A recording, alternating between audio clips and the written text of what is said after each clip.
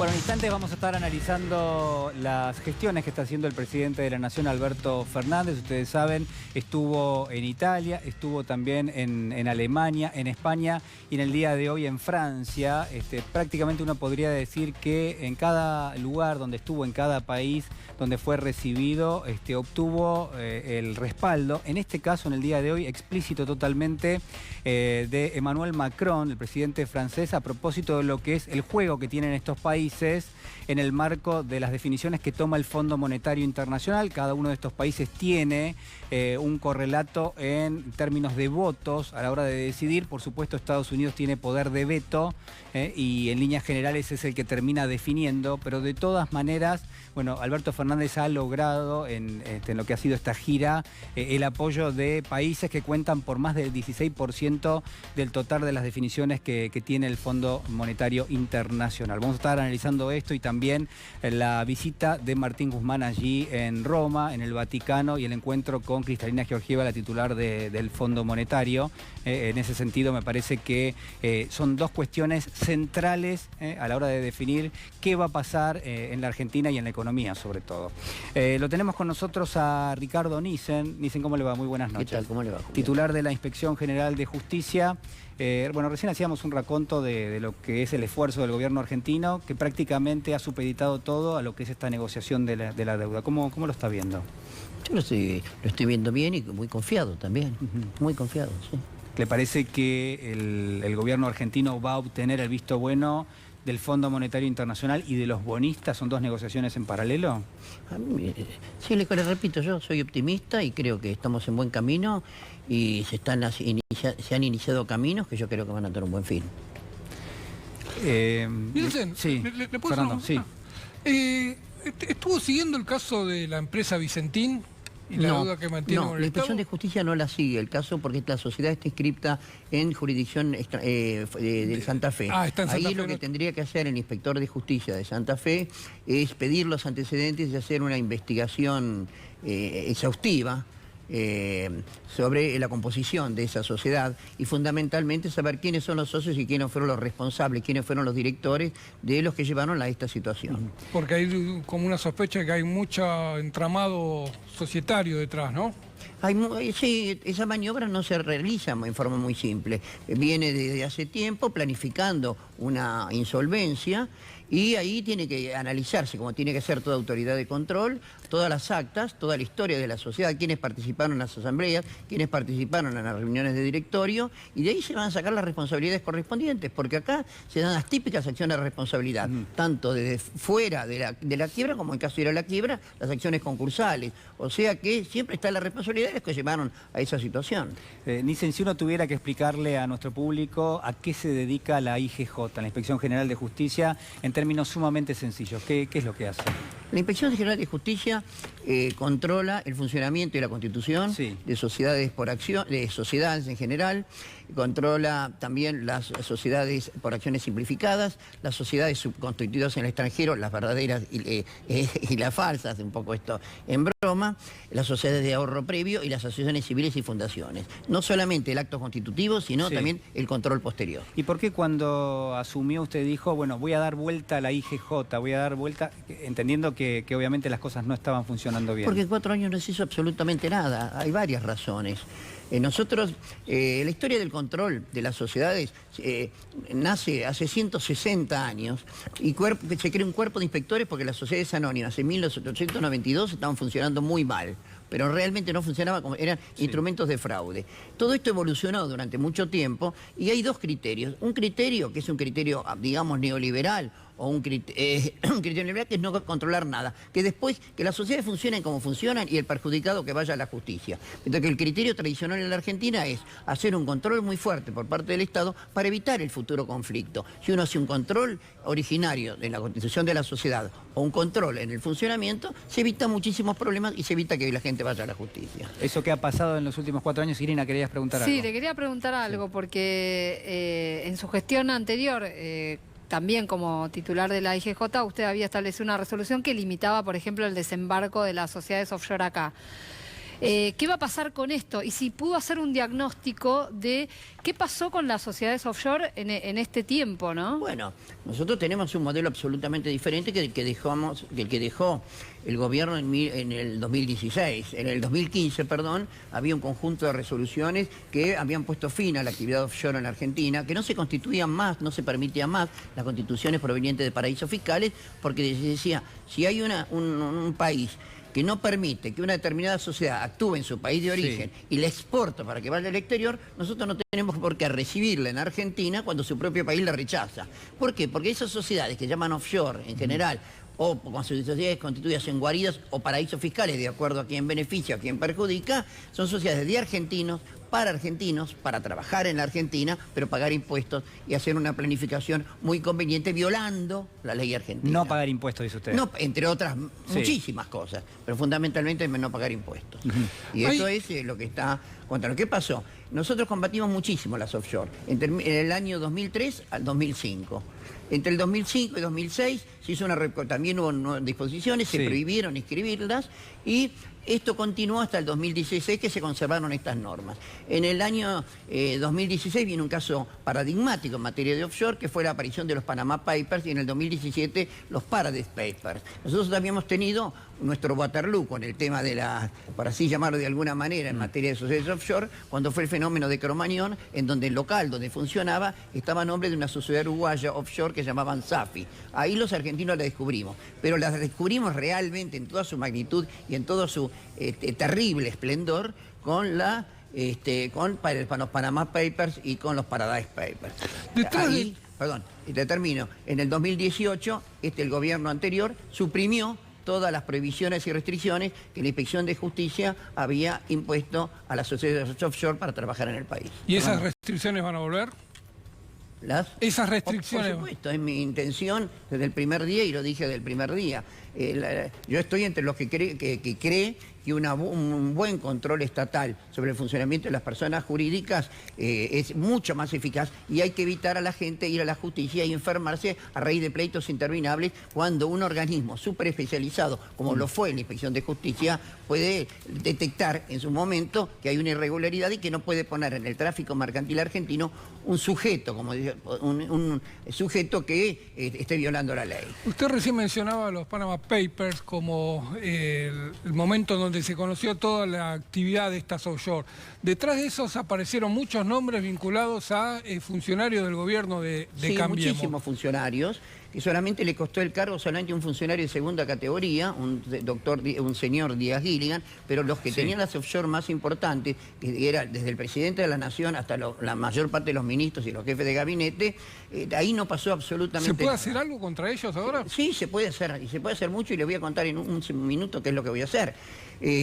Lo que ya pasó está, ¿no es cierto? O sea, hay que investigar un juicio, pedir cosas jugadas irrita, a mi juicio, en un proceso donde Macri demanda al padre para que el juez diga que en realidad Macri había sido convencido por el padre para integrar a los offshore y que Macri no había prestado su consentimiento. Fue un juicio fraudulento que se puede reabrir y creo que la Inspección de Justicia tiene legitimación para hacerlo. Vinculado con eso, ¿qué puede pasar con los fideicomisos, ¿no? Como la figura.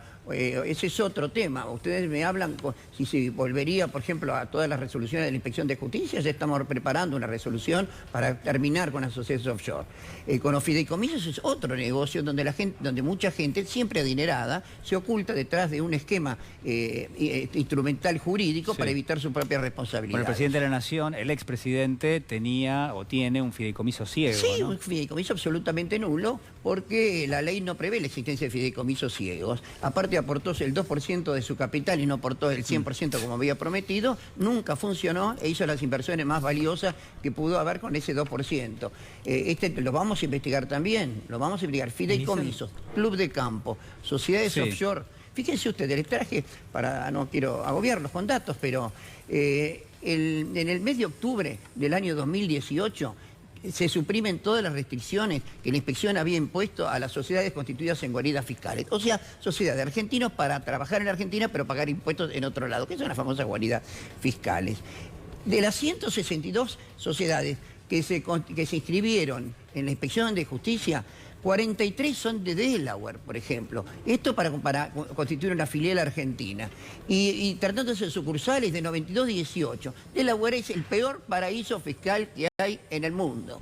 Pero hay muchísimas, desde que se levantó la interdicción para inscribirlos, sociedades offshore, muchas de las Islas Vírgenes, de la isla de Man, de Gibraltar, y de otros países que en realidad no se conoce muy bien, que existen simplemente por otorgar esos beneficios, que ofrecen a los argentinos o a cualquier ciudadano del mundo una total opacidad, porque nunca contestan los informes, nunca se sabe de quiénes son, las secciones son al portador, y el argentino que se disfraza detrás de ellos puede hasta soportar un juicio 10 años hasta que se sepa realmente que es el verdadero responsable. Nisin, muchísimas gracias. No, gracias. Ha sido muy ustedes, amable. Nos quedamos en el tema económico, pero en este caso hablamos de la deuda en la provincia de Buenos Aires. Está con nosotros Sofía De Nicolo, economista del centro OSIPEX.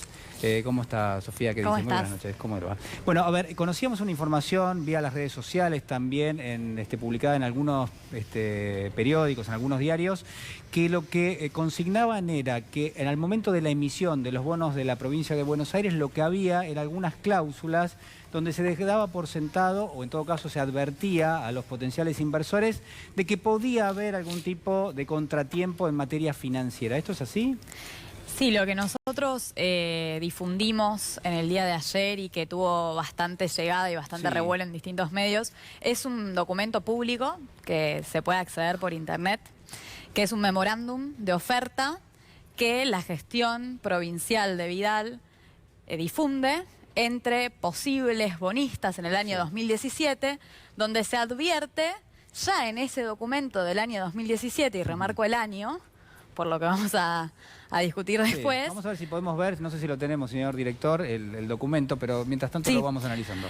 Bueno, en ese memorándum lo que se evidencia es que ya la gestión de gobierno provincial anunciaba la insostenibilidad de la deuda de la provincia, producto de las políticas económicas, tanto de la gestión provincial como de la gestión nacional de gobierno. Con una salvedad, lo firma el ministro de Economía, Hernán Lacunza, que después fue el ministro del default de toda esa deuda. Exactamente. Y ahí, digo, hay varias cosas a analizar. No olvidemos que la provincia de Buenos Aires no solamente aumentó de una manera salvaje los niveles de deuda, solamente con bonos hay un aumento entre el 2015 y el 2018, según datos de CEPAL. Bueno, también en el Ministerio de Hacienda se puede buscar, pero solamente en ese periodo hay un aumento del 700% de deuda con bonos. Con organismos internacionales sucede lo mismo, pero en un porcentaje menor, 300% más en el periodo 2015-2018. Es también la provincia, mejor dicho, el gobierno, que mayor deuda en moneda local emite en América Latina. Solamente lo supera Chile, ¿no? Digo, en ese contexto de una política de endeudamiento, porque recordemos también, y esto es algo que nosotros desde el observatorio remarcamos, ¿por qué ya en el 2017 se podía anticipar la insostenibilidad? Porque se sabía hacia dónde iba y hacia dónde era conducido el modelo económico nacional y provincial. Y ahí hay algo que hay que destacar que también es muy importante. Gran parte de la deuda nueva de la gestión provincial y de la gestión nacional, pero en este caso, según el memorándum, nos basamos en la gestión provincial, se toman dólares. ¿Por qué? Uno preguntaría, ¿por qué? Una provincia de nuestro país que además no percibe dólares bajo ningún concepto ordinario. A ver, vamos a ir revisando, ir compartiendo con todos ustedes lo que dice ese documento, porque es la demostración flagrante de la conciencia que tenía, se supone, o inconsciencia, las dos cosas, ¿no? Inconsciencia primero para emitir la deuda y conciencia después del escenario crítico. Dice, la provincia es una subdivisión política, ahí lo define, y dice, los intereses de la provincia pueden no siempre estar alineados con aquellos del gobierno federal. La actual administración realizó cambios significativos en las políticas económicas y otras medidas, y bueno, lo que dice allí es que de alguna manera Se advierte a los inversores de Ahí, esta Julián, situación. hay que tener siempre presente que esto se presenta ante la SEC de Estados Unidos y si hay algo que ningún emisor de deuda puede hacer es mentirle a la SEC. Claro. Por lo tanto, en las presentaciones, los pedidos de cotización que se hacen ante la SEC, se pone hasta la última palabra. Y esto es lo que claramente confiesa el gobierno de Vidal respecto a lo que estaba pasando, porque no tenía otra opción que decir la verdad. Y cuando lo pusieron a decir la verdad, dijo, las políticas de Macri nos pueden arruinar. Bueno, hay una total contradicción con respecto, fíjense ustedes, a lo que proponíamos como una lectura inicial al comienzo del programa, es decir, el ex ministro de Economía de la provincia de Buenos Aires, la persona encargada de firmar estos documentos, que prácticamente sale a chicanear al gobernador de la provincia, en este caso, proponiéndole que se está manejando mal en la gestión del pago de la deuda, cuando obviamente la responsabilidad le cabe al gobierno anterior. En ese contexto, ¿cuál puede ser el impacto que podría tener eventualmente esta especie de primer capítulo en la negociación de la deuda en la provincia de Buenos Aires? Hay quienes dicen que podría tener algún tipo de correlato a nivel nacional y podría perjudicar la negociación, o hay quienes dicen, no, nos sirvió para identificar cuáles son los grupos de interés que se mueven detrás de la deuda argentina. Y en ese sentido, creo que, y retomo Sí. un poco el memorándum, porque creo que es una evidencia empírica y concreta, y como bien decían recién, verídica y real, de que ya la gestión anterior que contrae esta deuda reconoce que es insostenible. La deuda como conjunto, recordemos que en la deuda hay muchos tipos de deuda, ¿no? Pero la gestión hoy tiene a su cargo la resolución de un problema que no solamente hereda de la gestión anterior, sino que además tiene características y una dimensión que, como bien explicaba el gobernador en la conferencia, más reciente, donde explica por qué no se puede llegar a el 75% para poder reestructurar la deuda y no tener que pagar este primer vencimiento. Sí. Me parece que esto evidencia y demuestra que no es un capricho, o una mala decisión o una jugada, como recién veíamos hace un ratito con esos chistes, ¿no? que surgieron en las redes sociales. Acá no hay ningún capricho, no hay ninguna, si se quiere, imprecisión, no hay ningún juego. Acá hay una realidad, que es que hay una herencia pesada, de verdad, respecto en materia financiera, de una deuda que ya en el 2017 se sabía que ni por vías financieras ni por vías comerciales se podía pagar. Y lo dijo la gestión de María Eugenia Vidal, no Axel Kicillof. En ese momento ella era la gobernadora. Y ahí, y vuelvo un segundito a la cuestión de la deuda en dólares. Porque no es casual, en ese documento también en algunas partes se habla como de un fracaso, un posible fracaso de las políticas económicas nacionales. Acá hay un plan premeditado, una decisión política de tener un modelo económico basado en 3 pilares: endeudamiento salvaje, ajuste y fuga de capitales. Que la deuda sea tomada en dólares es una decisión política. ¿Por qué? Porque se buscaba que esos dólares que ingresaran a las arcas provinciales y nacionales vía endeudamiento fueran parte de un circuito de valorización financiera de esos mismos capitales, en lo que conocemos como el proceso del carry trade o la bicicleta financiera, sí, donde entran dólares, los dólares se convierten a pesos en nuestro sistema financiero nacional. A altas tasas y a cortos plazos, esos pesos, sí, se valorizan muy pronto y mucho, se vuelven a comprar dólares, claro, y esos dólares salen porque el sistema financiero se liberalizó completamente en los últimos 4 años. Que la mayor, o que una gran parte de esa deuda provincial fuera tomada en moneda extranjera, demuestra que había un plan premeditado de por qué se busca un endeudamiento de estas dimensiones. Claro, lo que no está ahí, pero siempre está presente, como le cabe pensar a todo el mundo, es que cuando nos quedamos sin dólares, y esto también es lo que termina pasando habitualmente en la historia argentina, el correlato de eso es negociar la deuda y, por supuesto, la contrapartida son ajustes realmente que afectan a aquellos que menos tienen. Presta atención, yo lo decía al comienzo del programa, a las palabras del Papa Francisco en el día de hoy con respecto a este tema en particular. Las exigencias morales de San Juan Pablo II en 1991 resultan asombrosamente actuales hoy. Cito: es ciertamente justo el principio de que las deudas deben ser pagadas.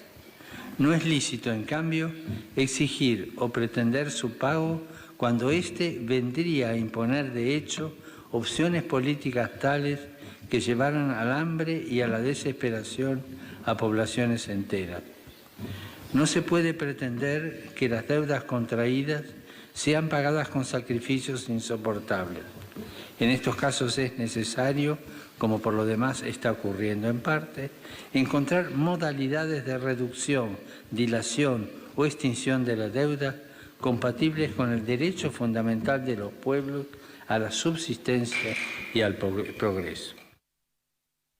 Bueno, claro, ¿no? Uno le presta, por supuesto, muchísima atención, pero además, tratándose del Papa Francisco, yo también decía al comienzo del programa, si uno mira el Laudato Si, esa encíclica es muy clara, está dividida por capítulos, pero parece una narración perfecta de lo que es el sistema capitalista y sobre todo cuando eso cede directamente al interés de los grandes grupos, ¿no? Sí, completamente. Sí. Y creo que también lo que se evidencia en las palabras de Francisco es algo que subyace a esta cuestión de cómo se paga la deuda, en qué plazo, si se reestructura una parte, qué se reestructura. Digo, acá hay una cuestión que es política, que es social, que va primero y que tiene que ver con que detrás de estos procesos de endeudamiento salvaje, de fugas de capital, en donde los países se descapitalizan y todos esos capitales que podrían ir a generar trabajo de calidad, industrias innovadoras, mejor calidad de vida para el pueblo, se elimina completamente en función de las ganancias de grupos muy concentrados, transnacionales o extranjeros o nacionales, que viven de estos procesos de endeudamientos espurios. Y ahí también te agrego una cosa que suma también a las palabras de Francisco. Hoy hay muchos actores en el mundo y que incluso algunos hasta nos... Porque por ahí uno del Papa lo podría esperar, pero hay actores como grupos de multimillonarios que hoy hablan de la insostenibilidad de este sistema financiero y el sistema en el cual hoy nos encontramos. Que quieren pagar impuestos, ¿no? Dicen, queremos pagar impuestos porque el sistema no aguanta de otra manera. Claro, que el ajuste deje de ser hacia el pueblo y que empiece a ser un ajuste, si se quiere, con políticas impositivas progresivas donde los que más ganan puedan aportar más. Vamos a analizar ahora qué pasó en el día de hoy allí en la República de Francia, donde el presidente de la Nación, Alberto Fernández, se reunió con el presidente francés Emmanuel Macron. Este es el resumen. Al recibirle aquí, quisiera saludar la vitalidad de la democracia argentina, la elección libre y soberana de la alternancia y el espíritu de unidad que usted ha instilado después de su elección. Y en este contexto quisiera decirle también que Francia le acompañará y se movilizará con el Fondo Monetario Internacional y con otros socios para ayudar a Argentina a volver al camino del crecimiento, de una deuda sostenible. La situación económica de su país, por supuesto, es un tema de preocupación, pero también de movilización. Siempre hemos apoyado los esfuerzos de estabilización de su economía, de integración en la comunidad financiera internacional y seguiremos haciéndolo. Para mí es una alegría poder estar aquí y poder profundizar los lazos entre Europa y Argentina y entre Francia puntualmente y Argentina. Francia es un inversor muy importante en Argentina. Sus empresas están hace muchos años y han persistido aún en los peores momentos que la economía argentina les ofreció. Con lo cual tenemos gratitud, reconocimiento, porque expresan lo mejor del capitalismo. Invertir para producir y dar trabajo. Y de eso tenemos que hablar para seguir trabajando juntos. Me da una enorme alegría que antes de que empecemos a hablarlo, usted exprese nuestro apoyo en el fondo, su apoyo a nosotros en el Fondo Monetario Internacional. Bueno, ahí estaba, la definición de Emmanuel Macron apoyando a la Argentina en el contexto del Fondo Monetario. Fernando. Sí, ya tiene una tarea para hacer Macron. Hoy lo planteó Martín Guzmán, el ministro de Economía argentino, cuando habló en la conferencia en el Vaticano. Le pidió al Club de París que refinancie el último vencimiento que queda de la famosa deuda que tiene contraída Argentina. Macri a lo largo de los 4 años pagó el mínimo del acuerdo vigente y eso dejó un saldo de 1.900 millones de dólares que se tienen que pagar ahora en mayo, pero esos 1.900 están actualizados por una tasa de interés de 9%, con lo cual redondean unos 2.000 y 2.000 y pico de dólares. Guzmán le dijo, si yo te pago 9% de tasa de interés, el resto de los bonistas va a querer venir a negociarme con las mismas condiciones. Acá tenés que renegociar, tiene que empezar el Club de París por renegociar esta deuda. Así que Macron tiene, si quiere demostrar que es sincero en sus palabras, poner en funcionamiento el Club de París y empezar por la renegociación de esta deuda. Lo que no se puede creer, y esto también subrayémoslo, es que después de la campaña que hizo el expresidente Macri endeudando a la Argentina de una forma realmente extraordinaria, que no hayan cancelado peor, Julián, una deuda con el Club de París. Peor, el acuerdo que había firmado Axel Kicillof para regularizar esa deuda, cuando, te acordás, Argentina intentó solucionar todos los frentes abiertos, incluía una fórmula que permitía pagar distintos montos según la capacidad financiera de Argentina. Bueno, Macri no usó los dólares del endeudamiento para pagar esas cuentas, lo usó para financiar la fuga de capitales y al Club de París le pagó siempre el mínimo del acuerdo, con lo cual iba generando intereses innecesariamente y dejando una situación de crisis con el Club de París que sabía que iba a este punto. Sofía. Sí, es, si se quiere, no voy a decir gracioso porque es lamentable, pero es sorprendente cómo el gobierno que se jactó de insertarnos de nuevo en el mundo fue el gobierno que dejó de pagar simultáneas cuotas, por ejemplo, en organismos internacionales donde la Argentina debe millones. Sí. Digo, y también me parece que hay que destacar, y nunca hay que olvidar el contexto internacional y por qué suceden las cosas, porque uno puede creer, de hecho, y verdaderamente en la buena fe, como parte de la tradición internacional de los países, en apoyar que un país o la economía de un país producto de este proceso anterior de endeudamiento salvaje pueda salir, pueda crecer, pueda pagar y pueda desarrollarse. Pero también hay que decir que hoy la Argentina, solo con el FMI y de producto de la institución del FMI, posee el 44% de los fondos de esa institución. Por ende, si tambalea la economía argentina, tambalea las finanzas y el sistema financiero internacional, que está vulnerable y que eso se suma a una volatilidad geopolítica que vive el mundo en distintas regiones del mundo, que no hay que dejar de mencionar. Tu hipótesis es, el Fondo Monetario es corresponsable de la situación de la Argentina y en esa circunstancia y por el contexto tiene que cooperar con la Argentina obligadamente.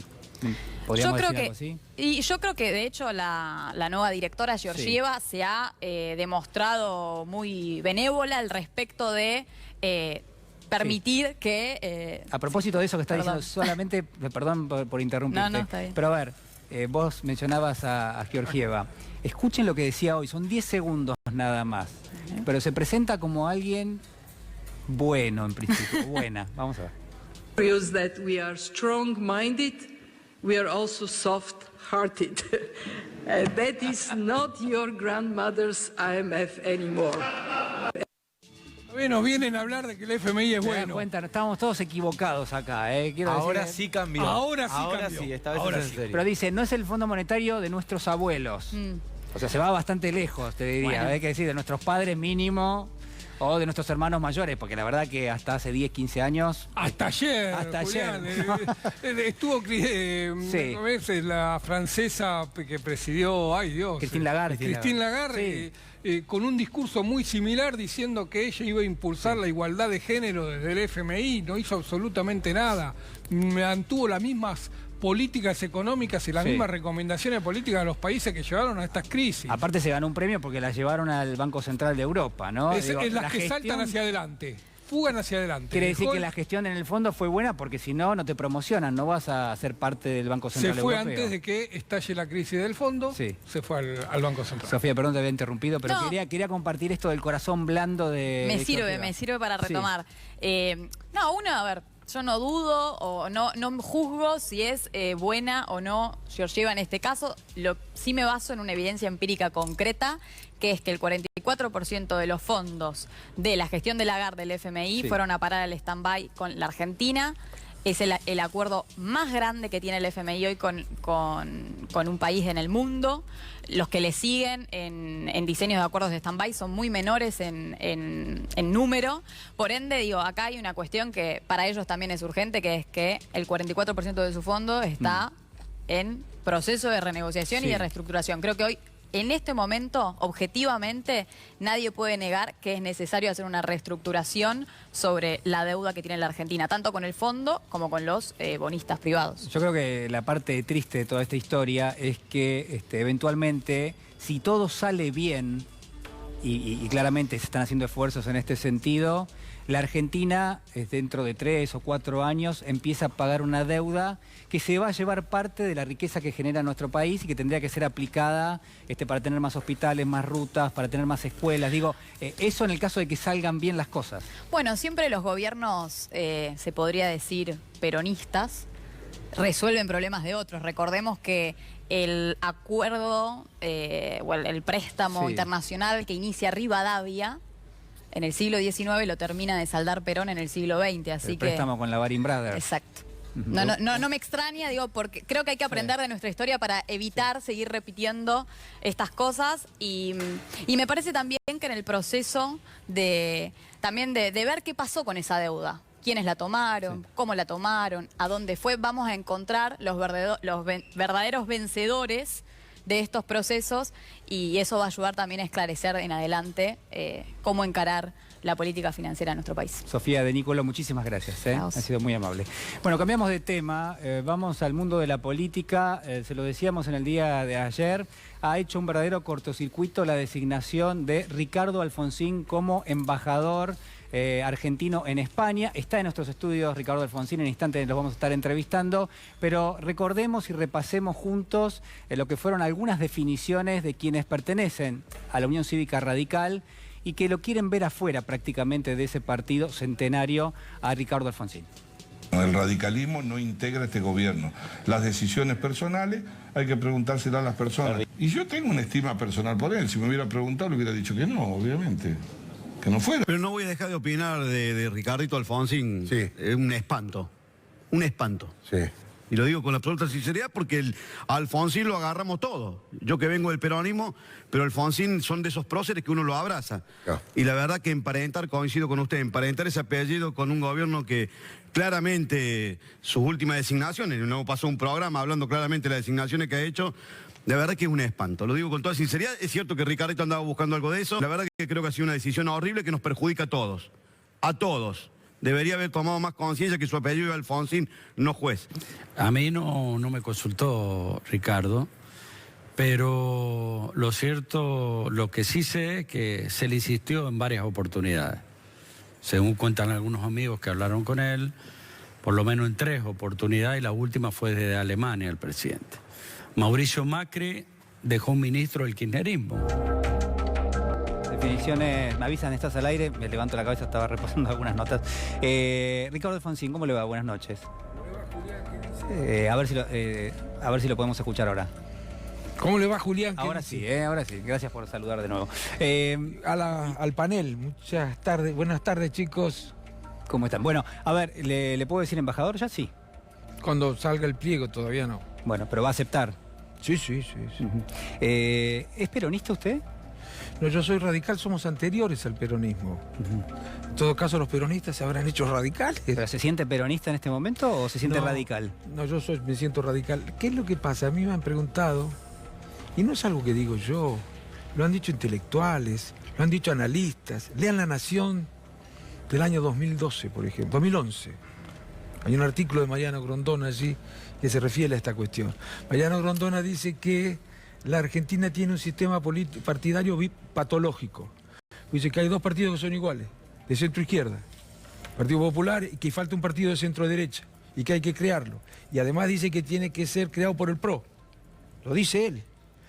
Y por supuesto, yo creo que Cambiemos vino a cumplir ese rol, vino a cubrir esa vacante. Muchos creían en el radicalismo que esa decisión de acordar con el PRO era coyuntural. Bueno, veo que siguen insistiendo muchos en lo mismo, yo creo que es un error. Y lo que dice Luis sabe que eso no es así. Luis, no se dice cualquier cosa en política, Luis. Vos y yo hemos estado y hemos hablado y vos me has dicho cosas. A mí no se dice cualquier cosa en política, Luis. ¿Con quién querés quedar bien? No se hace eso, Luis. No le demos mal ejemplo a la gente. No se necesita hablar mal de la gente para defender las ideas. Ni se necesita tener odio para defender las ideas, Luis. Y le hace mucho mal eso a la sociedad. Es mucho mal. Por otro lado, como dijo Julio, 3 veces me ofrecieron a mí. ¿Es verdad entonces eso? Sí, absolutamente. A mí me ofreció Alberto y le agradezco su generosidad y le agradezco que dé un ejemplo de amplitud. Alberto me ofreció en noviembre, el día que salió esa famosa foto, ¿se acuerdan? Sí. Yo me iba a Entre Ríos, siempre haciendo política. Tras esa reunión salí para Entre Ríos. Le contesté el domingo por teléfono y le di las razones por las cuales me parecía que podía ser útil de otro lugar. Y me insiste en diciembre, 2 o 3 días antes de asumir. Ni me acordaba bien cuándo era, hoy me acordé. 2 o 3 días antes de asumir. Le digo que no, por la misma razón. Y siempre con un tono muy afectuoso, muy cariñoso. Difícil de decir que no. Porque además había invocaciones patrióticas, digamos, que creo absolutamente. Sí. Bueno. Ya estoy tentado de preguntarle por qué le decía que no. Bueno, porque yo creía... Pero ahora el cuento. Te lo voy a decir. Bueno, tal vez fui egoísta. Me la anoto la pregunta porque no me voy a olvidar. Tal vez fui egoísta en el fondo. Le voy a decir por qué. Sí. Porque después de decirle que no, la primera y la segunda vez me quedé pensando si en el fondo no era cómoda mi posición. Porque sabía que una decisión de este tipo, aceptar colaborar en un momento que creía que yo podía colaborar mucho por distintas razones en España y junto con los otros embajadores en Europa, si yo aceptaba eso podía tener costos políticos muy altos hacia adentro de mi partido, iba a ser seguramente interpretado por algunos atribuyéndome intenciones minúsculas. Bueno, está pasando, ¿no? Sí, claro. Bueno, yo les voy a aclarar una cosa. Yo pude ser, si a mí me hubieran importado los cargos, creo que le oía a Juana Morín esto hoy en un programa, si a mí me hubieran importado los cargos, yo hubiera dicho que sí en el 2017 cuando me ofrecieron ser diputado. Y como dije que no, porque tenía discrepancias con los que hacía mi partido, porque no cumplía desde mi punto de vista, no desde mi punto de vista, objetivamente, con lo que nosotros hayamos dicho cuando celebramos este acuerdo. No vamos a decir a todo que sí, dijimos. No vamos a acompañar decisiones correctas. Vamos a influir en la gestión. Bueno, nada de eso hicimos. Entonces le dije, yo no voy a aceptar eso, no porque tenga diferencias con ustedes, eso era previsible. Voy a aceptar la candidatura. Lo que no era previsible es lo que está haciendo mi partido, seguro con la mejor intención. Bueno. Entonces me ofrecen una embajada en la región, no determinan el lugar. Y le dije que no también, por supuesto, porque no era... Era casi una cosa que estaba obligado incluso a decir que no, ¿no? Porque podía hasta haberme ofendido, si vos querés. Después en el 2019 me vuelven a decir que sea candidato a diputado en Capital. Y dije que no. Alberto me dijo en noviembre, le dije que no. En diciembre le dije que no. Bueno, creo que realmente, después de pensar, si no estaba siendo cómodo y tenía miedo de enfrentarme a una situación como la que está ocurriendo hoy, que no es tan mayoritaria esa posición en el partido, ¿eh? Ustedes pasan acá las malas. Yo tengo cientos de llamadas de intendentes, de diputados, de gobernadores que me dicen que estuve muy bien. Pero hemos compartido, por ejemplo, definiciones de Alfredo Cornejo en el día de ayer, diciendo, bueno, es una decisión personal de él y no refleja en ningún aspecto los lineamientos del partido. ¿Qué lineamiento? No, bueno, no sé, digo, ese un poco... Bueno, lo que pregunten, si ustedes los tienen, están para repreguntar, me imagino, ¿qué lineamiento? Yo voy a defender en las redes sociales. En las redes. Bueno, yo he defendido al partido, las ideas del partido. ¿Se siente más cerca del radicalismo o del Frente de Todos ahora? No, ahí está la pregunta esa. El del Frente de Todos está más cerca mío. Del radicalismo. Sí. A ver, ¿en qué cosas? Nosotros, lo decía Grondona, les decía recién, la Argentina tiene 2 partidos que son iguales, decía Grondona.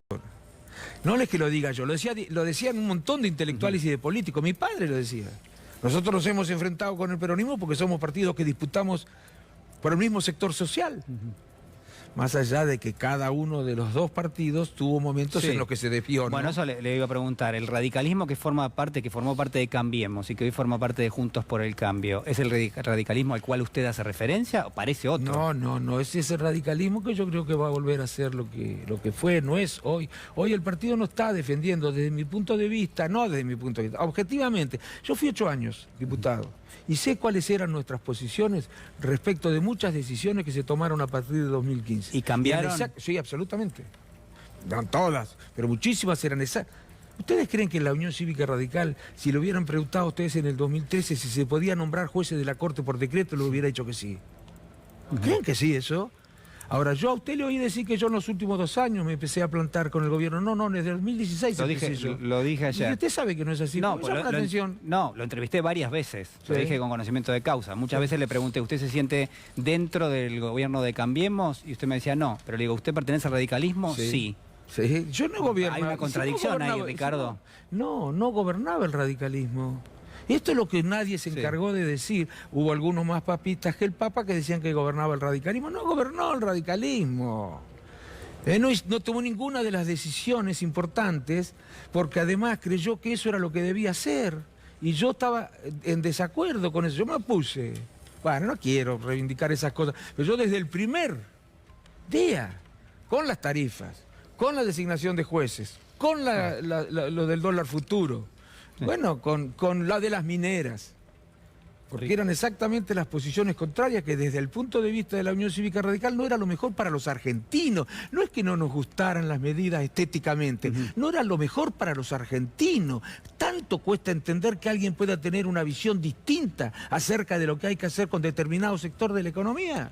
Juana Morín, a ver. Ricardo, ¿qué tal? Buenas noches. Recién contabas que en su momento el macrismo, a partir de tus críticas, te ofreció un cargo en una embajada en la región. Y dijiste particularmente, debería haberme ofendido. ¿Lo tomabas como una suerte de soborno, de compensación, de sacarte de la cancha para evitar las críticas internas? Porque dijiste puntualmente que cuando comenzaron las críticas más abiertas hacia el gobierno, hacia la forma de gobernar de Macri, te ofrecieron un cargo. No, por eso te dije, porque eso dije debería.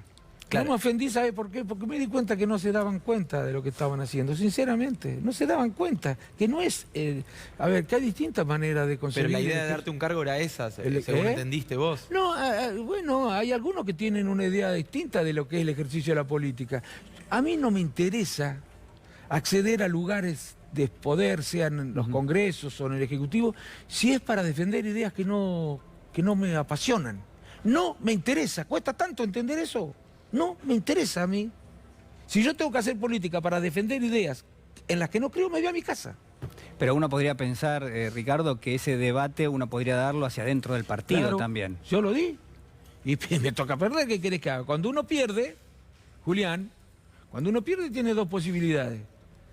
O empieza a pensar como la mayoría, lo que de nobleza política no tiene mucho, o sigue peleando para que sus ideas un día sean mayoritarias. Eso es lo que hago yo. Y estoy seguro que la Unión Cívica Radical va a volver otra vez a ubicarse donde debe ubicarse y que van a ser mayoría los que piensan que la Unión Cívica Radical es un partido que nació para defender determinados intereses, para determinada visión de la organización de la sociedad, que tiene determinada visión acerca del rol que debe cumplir la economía con relación a otras dimensiones de la sociedad, el rol que debe cumplir el Estado para que la economía pueda cumplir con ese rol que tiene que cumplir con relación a otras dimensiones de lo social. Es mucho más...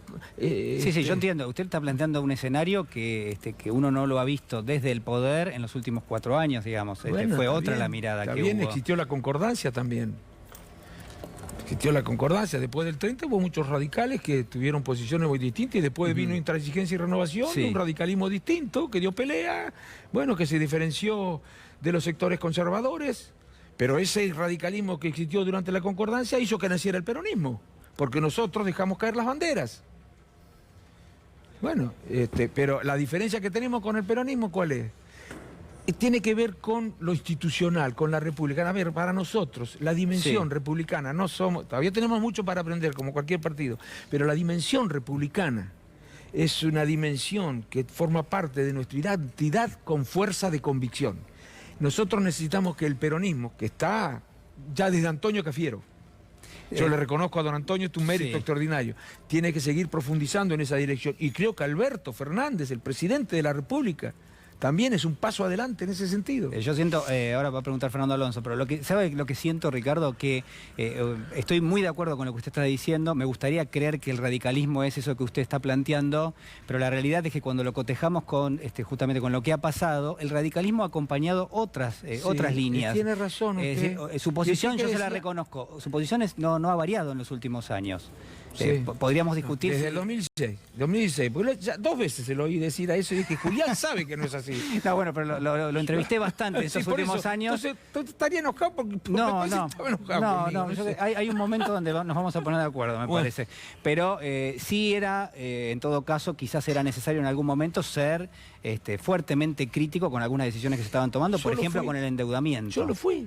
Incluso dije ahora, cuando todos se pusieron a discutir cosas secundarias y marginales de respecto de lo que había ocurrido en el sur, que lo más relevante de todo eso es que el presidente había reconocido algo que no reconoció durante toda la campaña, ni el PRO ni la Unión Cívica Radical, que el nivel de endeudamiento era imprudente, tan imprudente que podía hacer que fuéramos a parar a la... Dígalo usted. No, yo no lo voy a decir. Mierda, yo lo digo. Dígalo usted. Bueno, ahora yo le voy a decir una cosa. Usted me hace esta pregunta ahora porque no es capaz de tener una mirada de la película o de entender que la película sigue. Usted tiene una mirada muy inmediatista y presentista. En los 90, ¿usted qué hubiera dicho del justicialismo? ¿Que iba a aparecer un Kirchner? ¿Que iba a aparecer una Cristina de Kirchner? No, por supuesto. Bueno, entonces ¿por qué no me deja a mí soñar con la posibilidad de que el partido vuelva a ser un partido? No, yo lo dejo. Lo que pasa es que es muy elocuente. Que la gente sueñe. No, yo no lo voy a prohibir. Que usted sueñe todo lo que quiera, Ricardo. A mí me parece muy bien. A ver, Fernando Alonso quiere hacer una pregunta. Ricardo, la decisión de aceptar la embajada lo aleja de él día a día de la política y no les está entregando el partido a quienes lo están llevando para el lado de Cambiemos. Su presencia en la política partidaria obligaba por lo menos a un debate dentro del partido. Había un grupo que estaba dispuesto a acompañarlo en esa pelea. ¿No les está soltando la mano? ¿No está abandonando a ese radicalismo que algunos identifican como auténtico, dejándolo sin un referente? No, porque vamos a seguir organizados y vamos a promover una renovación en nuestro partido y vamos a seguir trabajando y vamos a seguir organizando encuentros y vamos a seguir recorriendo toda la provincia de Buenos Aires y todo el país en la medida en que sea necesario. No, para nada. Bueno, si fuera así realmente sería espantoso. Si la vida de un partido dependiera de una persona o de una corriente, no son así. Nosotros tenemos cuadros de primera, ahora claro, no aparecen en los medios. Un Pablo Quiroga, un Mario Rodríguez. Bueno, ustedes no lo conocen. Sí, hay una renovación de pero sí, el hijo, lo que pasa. Bueno, pero en el fondo, yo creo que la reacción que ha habido en algunos, no en el partido. Me dicen de la producción, está realmente enojado Alfonsín. ¿Yo ¿Usted estoy está enojado? No, bueno, Julián, yo no me puedo enojar nunca con usted. Bien. Bueno, escúcheme una cosa, lo que digo es, ¿cuál es? En algunos no hubo, porque yo veo, me pasan todas esas declaraciones. Cientos me han llamado, me han whatsappeado. Intendentes, legisladores, concejales, gobernadores. ¿Quiere que se los nombre? No. Bueno. Digo, los gobernadores todos. Con el primero que hablé fue con quién Gerardo. Me dijo, no, podés decir que no, si es tercera vez te lo pidió. Yo no había dicho nada en el partido, no lo había dicho nunca en ningún lado a esto. Yo no ando diciendo las cosas. Bueno, y entonces otra cosa digo. Ahora, ¿qué es lo que yo veo en algunos? Que es como que mezclan a la hora de decidir sobre la política con mayúscula, la política con minúscula de la interna. Porque si yo no hubiera sido un dirigente del partido que se hubiera opuesto a lo que la mayoría del partido ha decidido, y yo reconozco que fue la mayoría, si no, no hubiera acatado. Si se hubiera apoderado del partido a través de recursos que no son legítimos, yo no hubiera acatado la decisión. Pero la mayoría del partido decidió así. Bueno, y como yo critiqué, hay algo que a muchos no les gusta, que los cuestionen, que les digan que están equivocados. Y lo que menos les gusta es que la realidad les demuestre que estaban equivocados. Porque la verdad que ha terminado pasando lo que les decíamos mucho, ¿no? Que íbamos a perder las elecciones. Bueno, y además no iban a resolver los problemas del país, que era mucho más grave. Y entonces mezclan la interna, la cosa chiquita de la interna, Así nos va a ir como partido, por Dios. ¿Cómo no me van a decir algunos que yo me tengo que ser expulsado del partido? Si a mi padre le dijeron en el 2002. A ver si te creen que no me acuerdo. Como decían algunos, a raíz de que Alfonsín había colaborado con Duhalde. Sí. Pero por favor. Usted no se va a ir del partido. Yo no me voy a ir del partido. Yo las ideas no las abandono, salvo que me demuestren un día que estoy equivocado. Tal vez a muchos radicales durante estos años les han dicho, les han argumentado, les han explicado y han dicho, estábamos equivocados hasta ahora. Bueno, yo no, a mí nadie me demostró eso. ¿Y qué análisis hace de la visita de Alberto Fernández en España? Bueno, le voy a decir un análisis, además, y voy a comparar con una cosa, que se los vi creo acá. El mismo día que un dirigente decía que una de las cosas que le preocupaba del actual gobierno, que hace 40 días que está gobernando, hay que ser serio, hace 40 días que está gobernando, que se aislaba de nuevo, dijo, ¿no? ¿Lo habrán oído ustedes o no? Que estaba revirtiéndose el proceso de inserción en el mundo que se había dado durante estos 4 años. Y ustedes me preguntan después, ¿cuál es ese proceso de inserción? Porque las exportaciones cayeron o no. Bueno, sí. Durante los 4 años. ¿Las importaciones cayeron o no? Las exportaciones, sí. Las importaciones y las exportaciones durante estos 4 años cayeron en la Argentina. Las importaciones subieron y después cayeron. Bueno, por eso. Entonces, ahora, muy bien.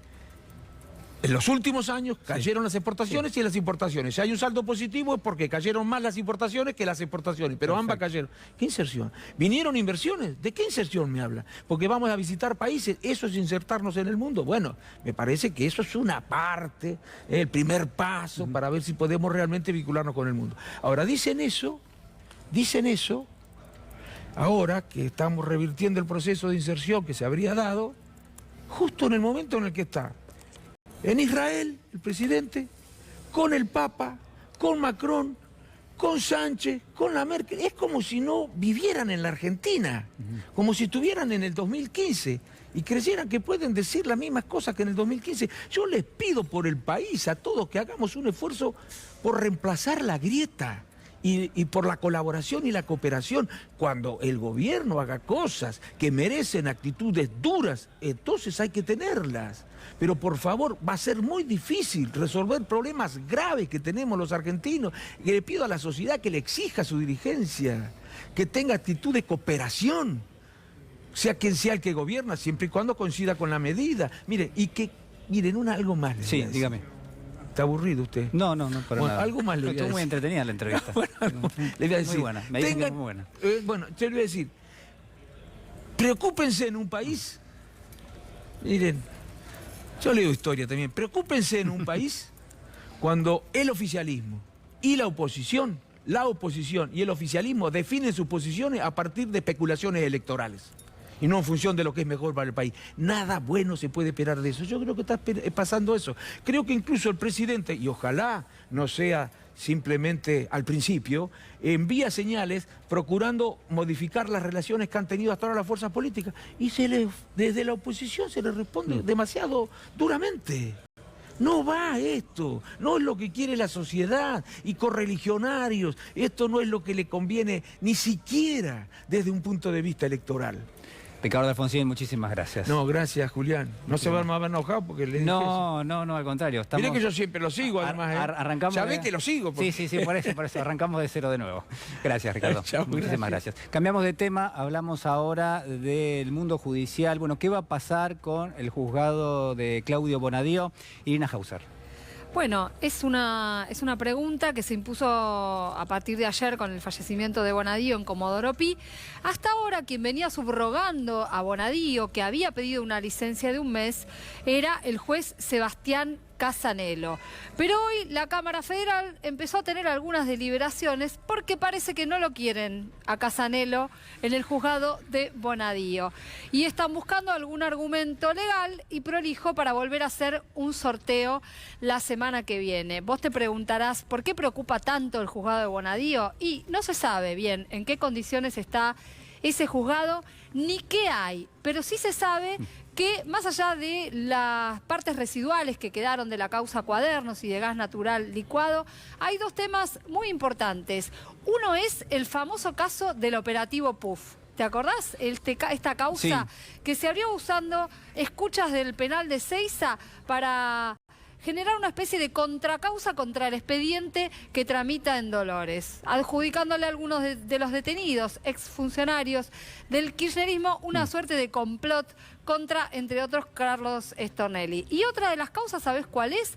La causa de lavado de dinero que se abrió tras la muerte de Nisman cuando se descubrió que tenía una cuenta en Nueva York con $600.000. Así que bueno, queda el interrogante para la semana próxima. Es posible que se vuelva a sortear un nuevo subrogante para el juzgado de Bonadío. Bueno, las causas que nadie quiere, en principio allí en el mundo judicial. Hacemos una...